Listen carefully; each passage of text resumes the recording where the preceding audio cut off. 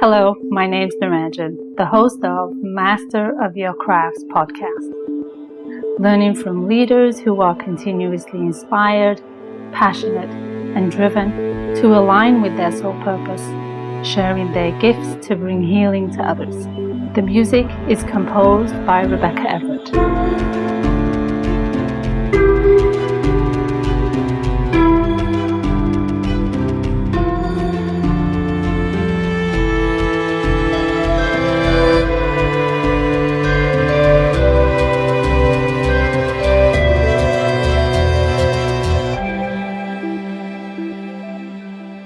Today is episode number 20, where we'll talk to Pauleanna Reid, a senior contributor for ForbesWomen and the founder of WritersBlok, a full-service celebrity ghostwriting agency.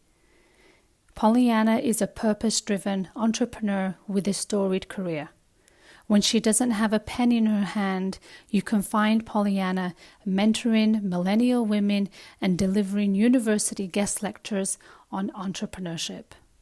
So hello and welcome to Pauleanna. How are you today? I'm fantastic. How are you?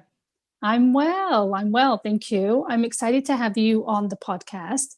I'm curious in your career story and all you have been able to achieve in the communications and the public relations field. Would you like to share a little bit about yourself from what you do, and do you feel it defines who you are? I don't feel it defines who I am.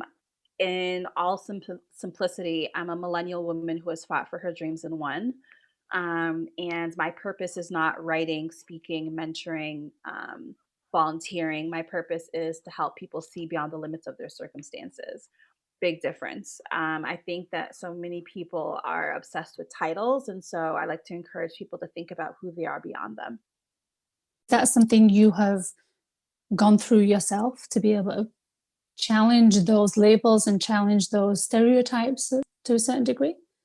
Yeah, because I feel like in my 20s, I wanted to feel important, and you hustle and you bustle and you grind and you are on team no sleep and you run yourself into the ground until you're burnt out because you're chasing the titles of the CEO and the entrepreneur because those are sexy trends. It just took a lot of maturity and inner work to really tap into my North Star and to help me feel grounded because of the nature of work that I do and the fast paced environment I'm involved in. Sometimes I feel like I'm caught up in the matrix. And so, in order to keep myself humble and ground myself, it's really important to remember who I am, so that I don't get lost. Mm-hmm. It's easy to get lost in all of that, isn't it, really, I guess? Yeah, absolutely. Absolutely. What do you believe about yourself? I believe that I am magic. I believe that I am a super attractor. I believe that I am energetic and magnetic, and that all of the possibilities and the doors are open for me. I love that. That's brilliant. And you were able to come to that conclusion. How so? Every single thing that I'm doing now, I dreamed about when I was a kid. It makes me so emotional because, like, when you're a kid, you're empowered to be anything and everything you want to be, and then you go to high school and you're then taught to be more realistic. And so a lot of kids, a lot of young people get caught in that gray area because they then become confused about which direction they should take. And if you evolve into adulthood, or when you evolve into adulthood, if you do not hang tight to your childlike wonder, that confusion will follow you. And so I do think the most successful adults in the world, or that I know, still have their childlike wonder intact. They're still kids inside. They follow their curiosity. They tap into their creativity and innovative skills. And so for me, when as soon as I could hold a pen, as soon as I could talk, like, I knew that I was meant to stand on stages and impact people and travel the world. Like, I envisioned every single thing that I'm doing right now. And so I say I'm a super attractor because I spoke things into existence and then I became it. I practice visualization techniques, and I believe that there's life and death in the power of the tongue, and that we ought to speak to ourselves with more respect. Those are very wise and wisdom words that you share at such a young age, I want to say. What was it that took you down that path to be able to find those pieces of wisdom? I think that when you are a creative who is raised in a Caribbean household, I'm Trinidadian and Jamaican, oftentimes you are put in a box. When I say they, I mean it could be teachers, educators, family, friends. They put a lid on your dreams. I do feel like you are encouraged to stay within the lines and not color outside of them. And so I was diagnosed with depression and anxiety in 2010. Had two suicide attempts in 2008. And for me, everything was a fight. Everything. I was just a very average kid. I saw greatness within myself, but it was suppressed because the people around me didn't necessarily see that. And so, again, caught up in the confusion, caught up in the expectations of others, caught up in the labels that people wanted. I was a young Black woman, and so I was encouraged to play it safe. But I knew, because I used to study, I still study CEOs, and I love the origin stories of founders. I knew that success does not arise from playing it safe. So I was always confused as to why I was encouraged to do so. But you have to understand that people often give you advice at the level of their own perception, view of the world, their own fears or self doubt. Really had to advocate for myself throughout the years, and that voice became stronger once I decided to drop out of college in 2008, because then I had no choice but to figure this shit out. Mhm. What kept you going? You share turbulent times Mm-hmm. of what you'd experience by listening to others and being influenced by others. What was the turning point for you to get over that? I mean, what kept me going again is the childlike wonder. Like, I knew what I wanted to achieve, and whether it took me 10 weeks, 10 months, 10 years, I was committed to the process. Right? I think that a lot of people, um most people don't stick to anything long enough to master it. And I was just really committed to the process because I knew that there's no other options for me, right? Like, I wanted to be a writer, I wanted to be in communications. Um, Even though traditionally speaking on my report card, it didn't seem like my strength, I really believe that if you commit yourself to something, you can teach yourself. And and so for me, what kept me going was like the vision, right? Like, when you are an individual who has vision, sometimes your dreams can be so big that it scares you. You know what I mean? Mhm. But it's equally terrifying and exciting. Mhm. And that's where you look at the magic of what life is presenting you, whether you want to look at it as a glass half full or a glass half empty. Hmm. Yeah, I feel like any text, phone call, or email can change your life. Any conversation could shift the direction of your like. I just I operate with expectancy, right? I expect good things to happen to me, and if bad things Mhm. happen, then like it's a lesson. But I also believe that rejection is protection, and if it's not meant for me, then it's just not meant for me, and I don't beat myself up over it. Um, but yeah, like that's what makes me jump out of bed every morning, is like that expectancy of like anything could happen today. That's an exciting space to be. Oh yeah, absolutely. It's an exciting space to be yeah, to have that vigor, to have that drive and that passion to really move things along and be in charge of your life Hmm. and take control, because I think there are many out there who feel everything is determined for them. There is no control, there is no option of what it is we can truly do Yeah. because of external circumstances and not listening and not following through. Call it the voice or drive or passion, desire, something that pushes you into a place of just give it a try. Right. One foot in front of the other. That's it. Absolutely. Absolutely. Absolutely. So had you tried other things when you was a child? You were determined that this was the path you wanted to take, was Hmm. to be on stage, communicate and support others and be, I want to say, a conduit for other people's message. How were you able to determine that this is what you want to do rather than being a creative artist or working in finance or working in the legal industry? How were you able to define this particular sector or industry? So I was an athlete when I was a kid. I was a competitive swimmer for about 11 years. The original dream was to go to the Olympics, and I came very, very close. But I also realized, I don't know, for me, I guess I've just been intuitive, and I listen to my heart and listen to my gut. I feel like when you quiet the noise and you're able to do so, it'll never lead you astray.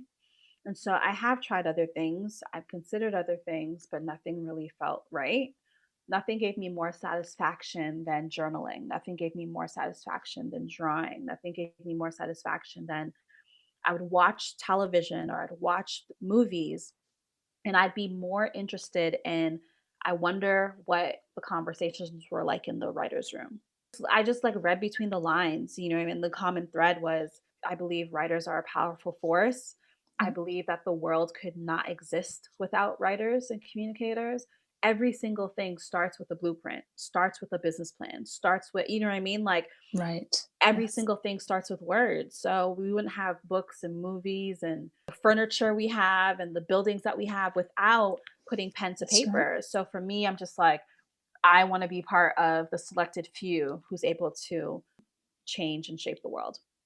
It's a powerful position to be in. It's Absolutely. powerful. Do you feel that this is your calling? My greatest accomplishment in life will be the moment I become a mom and a family woman. So I've done the career thing. I'm still relatively young, but I'm satisfied in my career. I'm satisfied financially. I do know many colleagues who, much like myself, hustle and bustle. And then they wake up one day and they forgot to date or they forgot to invest in other areas of their life, such as love. I definitely want to have more of a balance. So, my calling, I do feel like perhaps I haven't tapped into that yet. I won't know Mm-hmm. until I uh, pursue that goal and accomplish that goal of my own. Mm-hmm. Do you get a sense being raised, I'm assuming, amongst siblings and other people who have had children, maybe friends or family members who've already had children? Do you get a sense that that is something that you're gravitating towards, not only from a sense of it being on a list and something you kind of want to achieve, but more from an intuit space? Is it something that you're gravitating towards? It's something that, like, I'm really excited at the idea of breaking generational curses.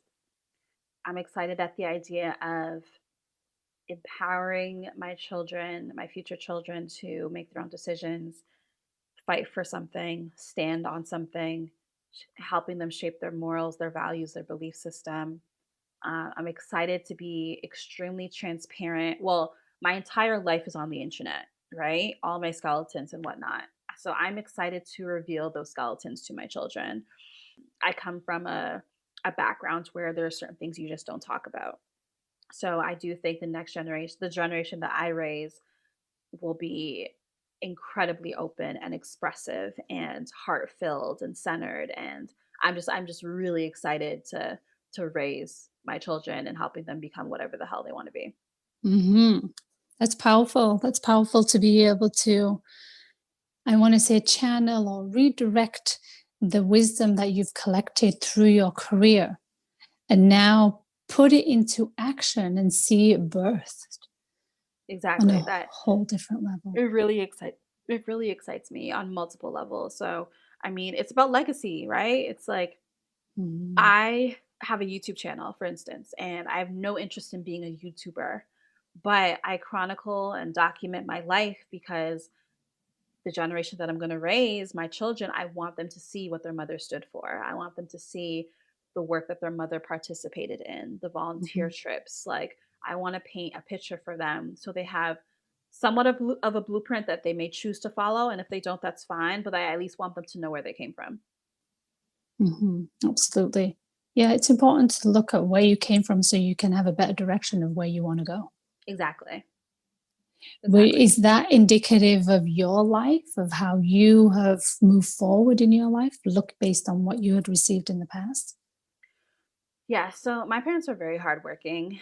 We have a fantastic relationship, but I do know that they did put a lid on their own dreams because of how they were raised, right? So again, breaking Hmm. those generational curses. That goes for our parents and our grandparents. It's like they only had very few options to choose from. And then they really Absolutely. didn't feel the need or didn't have the courage to pivot from those options. It's a completely different conversation now. Yeah, absolutely. And I think courage is a powerful word to be able to really harness that and having the strength to make the change. And Hmm. granted, yes, no doubt your parents, I know my parents definitely made some courageous choices in their lives, but acting on it to strengthen what they stand for. And in an element, being their sovereign beings takes it to a whole nother level, right? Absolutely. What do you feel are some of the attributes that connect you to your purpose in who you are and what you strive to build for your future? It is self awareness and emotional intelligence. I think that it is forgiveness. I think that I try to leave my life in a way that teaches others that there is life after disappointment. Because if you just get hung up on the disappointments and the bad shit that happens to you, you're never going to tap into your purpose. You're going to be so weighed down with Mhm. so much baggage. You're just not going to see it. You're not going to be able to identify opportunities where others may see roadblocks. You're not going to be able Mhm. to read between the lines. You're not going to be able to run into people who are life changing. Like you're just not going to be able to put the puzzle pieces of your life together. So Right. I used to be bullied a lot as a kid, so used to spend a lot of time alone. And so now as an adult, as much as I'm, in the public eye, I also very much love my alone time. And so I think that during these moments of stillness, it's those conversations that you have with yourself that really determine whether you're going to win or lose. I think it's really important. A lot of people are really shook right now because they're forced to hold a mirror up to themselves. Mhm. And so some people just don't like what they see. And so I Yeah, think that many of us are going through life and career transitions at this time. absolutely. On many levels, I believe. That important aspect of self reflection, has that always been a piece of you, an element of you that you have done?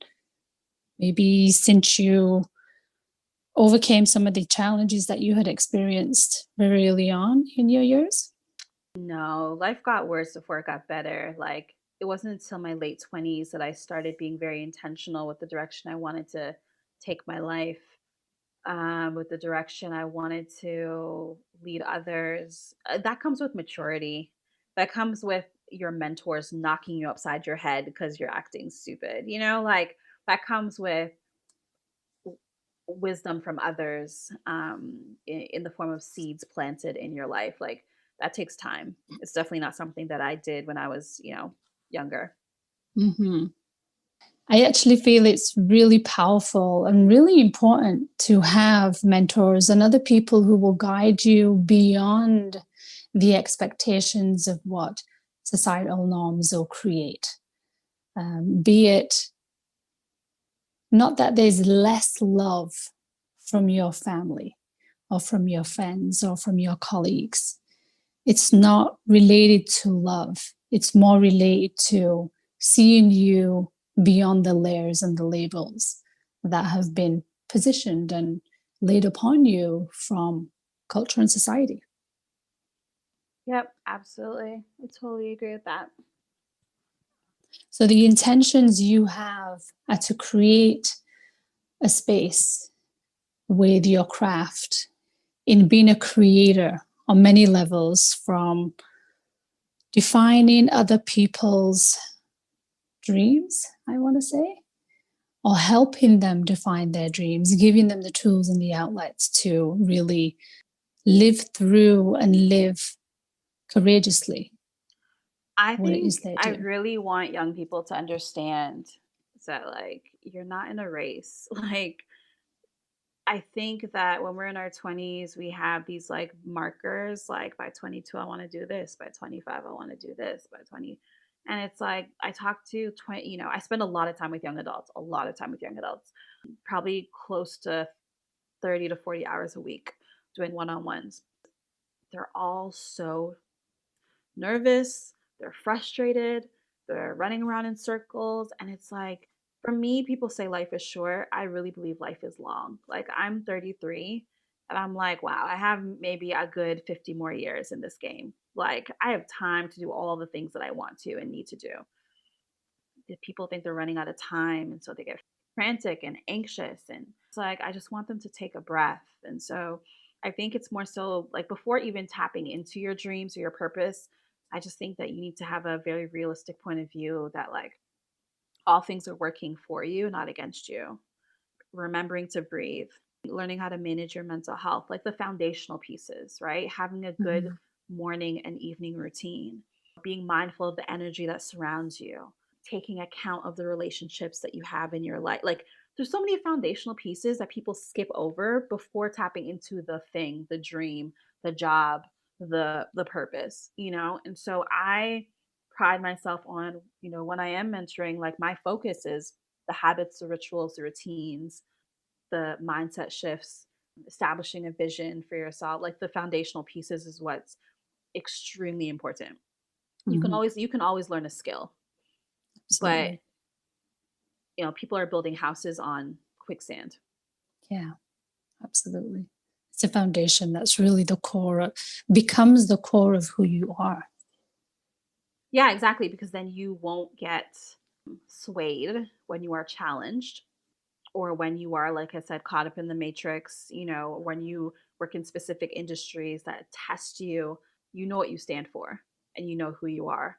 And it's easier for you to either stand up for yourself or walk away from the situation. And it's in Absolutely. those important moments, at those points, those crossroads, where everything that you've done to like build yourself up to get to that point, like, that's when it's going to really matter. The resilience that we have and that we build from the external world is equally as important as the resilience that you have with yourself. The internal dialogue, the resilience of what that thought is saying, what's it nudging you to do in terms of an action. So building that resilience, I completely agree. I completely agree in terms of the foundational pieces, and often they're not key areas that have been built kind of when they should have been built Hmm. as an adolescent or as a child or as a young adult. I agree. Yeah, the focus and attentions, in other areas of your life, and the societal norms and pressures that come along with that. But again, at some point, someone helps you see the light. And yeah, I mean, that's what happened with me. I have incredible mentors in my life, and they're the biggest blessings. And they had a hand in help shape my worldview, and also like had a hand in help raise me as a woman. Yeah. What was one of the most influential conversations that your mentor had with you? My mentors demand excellence, encourage me to feel what I need to feel, cry if I need to cry, and then get over it. We don't allow ourselves to stay in that place. I recently spoke to one of my mentors and I said to him, I have a business idea, a new business idea that I think is good and I think I'd like to pursue. And he goes to me, he's like, Pollyanna, if it's not going to make you at least $1 million in revenue, then we don't have anything to talk about. And we laughed about it. We laughed really hard. that is what I appreciate about them the most. They don't coddle me, they don't baby me. You know, many of them have been my mentors for 5 plus years. And so I love that they are very stern with me. And so I think tough love is the best love sometimes, right? And Hmm. you can never get mad at someone who demands the best out of you. So Hmm. they're hard on me, but like I have a lot of respect for them for doing that. Yeah, that's a great motivator to keep you on track of what's driving you to keep those dreams, those desires, and the North Star true into who you are. But what happens to the softer side of Pollyanna? That's such a great question because I spoke to another mentor this week and she's very big on feminine energy. Whereas, like, my other mentors, both men and women, are more masculine energy, like the Tony Robbins type, like they'll scream at me type shit. Hmm. Hmm. Um, and one of them, her name is Erica, she is very big on feminine energy and using that to master your situations. Yeah. I mean, I grew up a tomboy. I grew up in sports. I come from a household where we didn't celebrate participant ribbons. You were either one or none. My father is a former lieutenant in the Canadian military. You know, if I would get hurt, he would be like, "Are you dead?" And I'd be like, "No." And I'd cry. And he'd be like, "Okay, get up."